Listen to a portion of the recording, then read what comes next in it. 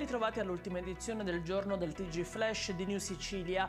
Le indagini sulla presunta attività illecita del funzionario dell'ufficio tecnico dell'ARS Giuseppe Mirici K non sono ancora concluse. Al momento non è chiaro se l'unico imprenditore che ha denunciato di aver subito pressioni da parte di Mirici K sia il titolare della ditta che gestisce il servizio ristoro dell'ARS.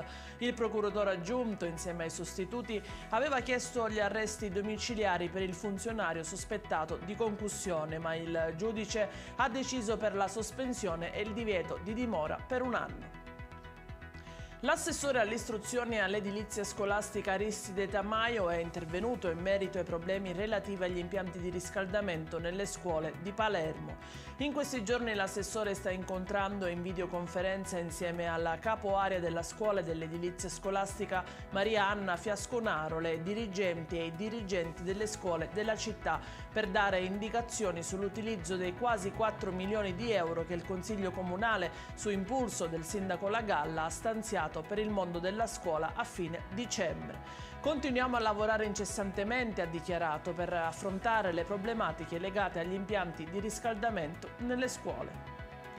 La Guardia di Finanza di Gela ha arrestato un 23enne in flagranza di reato per la detenzione illecita di un'arma da fuoco. Durante un controllo hanno notato un'auto parcheggiata in una zona isolata di Niscemi. Alla vista della pattuglia, il conducente è fuggito a piedi cercando di nascondersi in un campo vicino. I militari lo hanno inseguito durante la fuga e il giovane ha gettato una pistola che è stata recuperata e identificata.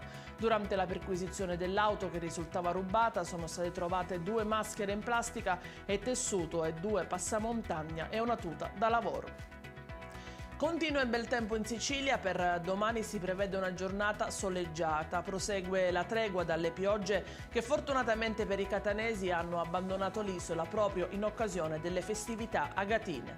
Sull'intera isola il tempo sarà variabile con schiarite più frequenti nel pomeriggio, nella serata il cielo sarà nuvoloso sulla costa tirrenica con deboli piogge. Lungo la costa ionica e meridionale il cielo sarà sereno o poco nuvoloso per tutto il giorno. I venti saranno moderati e le temperature restano basse.